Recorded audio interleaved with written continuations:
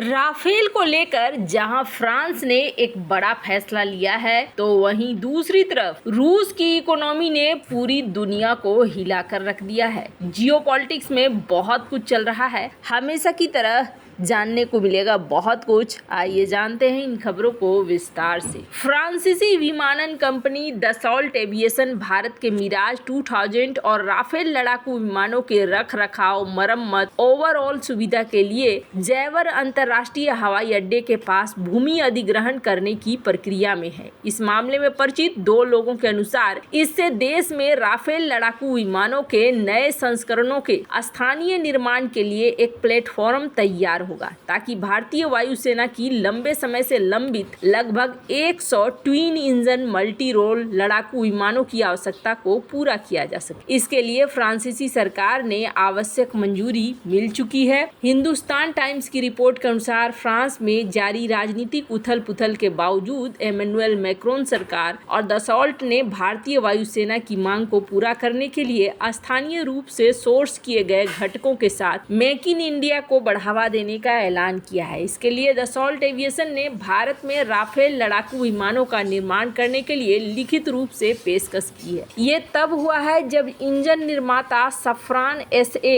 हैदराबाद में राफेल लड़ाकू इंजनों के मेंटेनेंस के लिए एक एमआरओ सुविधा स्थापित कर रहा है। यह स्थान कंपनी की नागरिक विमानों के लिए लीप इंजन फैसिलिटी के बगल में है, जो 2025 तक तैयार हो जाएगा। लोगों ने कहा कि सफ्रान ने ये संदेश दिया है कि यदि भारतीय वायुसेना के लिए राफेल का ऑर्डर है, तो वो भारत में M88 इंजन का निर्माण करने के लिए तैयार। ये देखते हुए HAL का LCA Mark II GE414 engine के साथ अगले दशक के मध्य से पहले तैयार नहीं होगा। ऐसे में राफेल लड़ाकू विमान न केवल भारत की आवश्यकता को पूरा करेगा, बल्कि भारत को तीसरे देशों को भी इन्हीं लड़ाकू विमानों का निर्यात करने का अनुमति भी देगा। दसॉल्ट ने राफेल लड़ाकू विमानों के निर्माण के लिए भारत में कंपनियों से टाइटेनियम पार्ट्स की सोर्सिंग शुरू कर दी है और आपूर्ति श्रृंखला सूची में और अधिक स्थानीय विक्रेताओं को जोड़ने की योजना बना रहा है। भारत में राफेल लड़ाकू विमानों का निर्माण दोनों करीबी सहयोगियों के लिए फायदेमंद है, क्योंकि दसॉल्ट के पास पहले से ही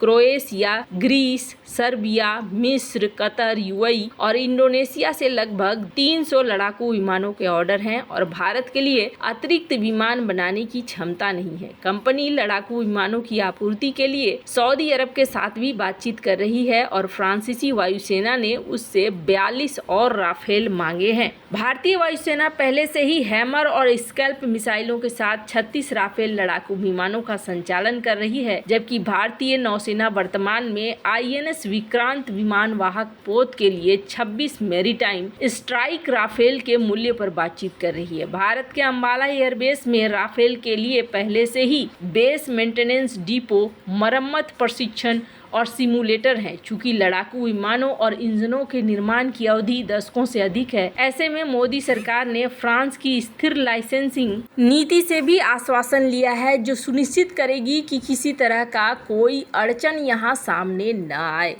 जहाँ एक तरफ ये सब कुछ चल रहा है, फ्रांस खुद ही उलझा हुआ है, क्योंकि फ्रांस में जैसे ही जीत हो रही है राइट विंग की, वैसे ही चीजें बदल रही हैं। तो वहीं एक बड़ी ही अजीब चीज हुई है, और इस अजीब चीज का खुलासा किसी और ने नहीं किया है, बल्कि इस अजीब चीज का खुलासा किया है वर्ल्ड बैंक ने।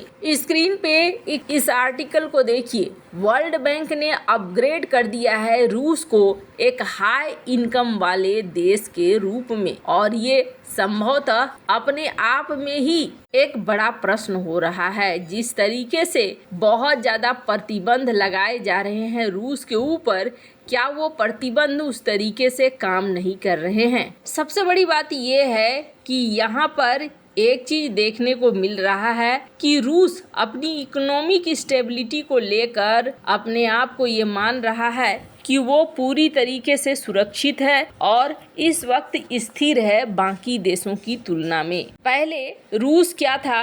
रूस अपर मिडिल इनकम वाला देश था, लेकिन अब हाई इनकम वाले कंट्री में इसे आगे बढ़ा दिया गया है। कहा जा रहा है कि करीब per capita gross national income 14,250 है 2023 में। इकोनॉमिक एक्टिविटी जो है ज्यादातर मिलिट्री रिलेटेड इनके बढ़े हैं। इनके बढ़ोतरी में सबसे बड़ा रोल किसका है, तो सबसे बड़ा रोल बताया जा रहा है इनके व्यापार का है, जो इसके फाइनेंशियल सेक्टर को और भी ज्यादा बूस्ट कर रहा है। ट्रेड में 6.8% की बढ़ोतरी देखने को मिली है। पूरे फाइनेंशियल सेक्टर की बात करें तो यहाँ 8.7% की बढ़ोतरी देखने को मिली है। इसके अलावे अगर कंस्ट्रक्शन की बात करें तो यहाँ पे 6.6% की बढ़ोतरी देखने को मिली है। ज्यादातर ऐसा होता है जैसे अगर कोई देश युद्ध में फंसा हुआ है तो उसके इनकम पर बहुत ज्यादा प्रभाव पड़ता है, लेकिन ऐसा हो नहीं रहा है। यहाँ पर ये हाई इकोनॉमी वाले देश में बढ़ते चले जा रहे हैं। बुल्गारिया और पलाऊ इन्होंने भी अब अपने आप को हाई इकोनॉमी वाले देश बना लिए हैं। अगर साधारण टर्म में बात करें तो रूस का रैंक जो है 72वां है पर कैपिटा इनकम में, और परचेजिंग पावर की बात करें तो यहाँ रूस 53वें स्थान पर है। वैसे आपको बता दूं, अगर आप रूस के बारे में ही सोच रहे हैं तो सिर्फ रूस ही नहीं, यहाँ पर यूक्रेन को लेकर भी बदलाव आया है, और यूक्रेन जो लोअर मिडिल इनकम में था वो अपर मिडिल इनकम वाला देश बन गया है। अगर इस मैप को देखें जो 2023 के लिए जनरेट किया गया है तो यहाँ पर आपको हाईएस्ट इनकम वाले कैटेगरी में अमेरिका भी दिखेगा और आपको दिखेगा रूस भी। वहीं बात करें भारत की तो भारत यहाँ पर आपको दिखेगा लोअर मिडिल इनकम वाले देश के रूप में। अपर मिडिल इनकम वाले देश के रूप में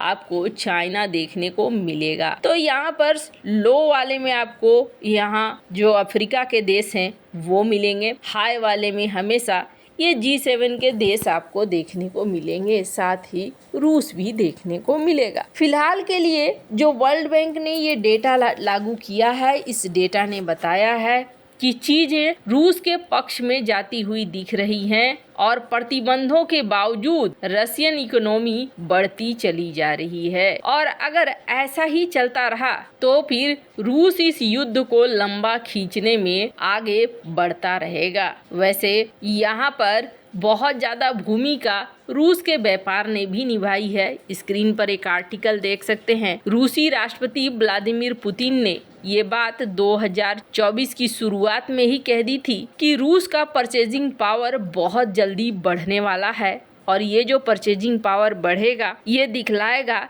कि हमारी जो अर्थव्यवस्था है वो अर्थव्यवस्था मजबूती की तरफ जा रही है। ऐसा नहीं है कि इस अर्थव्यवस्था का असर पड़ रहा है रूस के इस जंग में भी। हालांकि राष्ट्रपति पुतिन ने अपने देश में भी कई सारी चीजें मॉडिफाई वगैरह की है। वैसे आपको क्या लगता है इन सब मामले में, आपकी क्या राय है, कमेंट कर जरूर बताएं। जल्द मिलते हैं अगली वीडियो में नई खबर के साथ।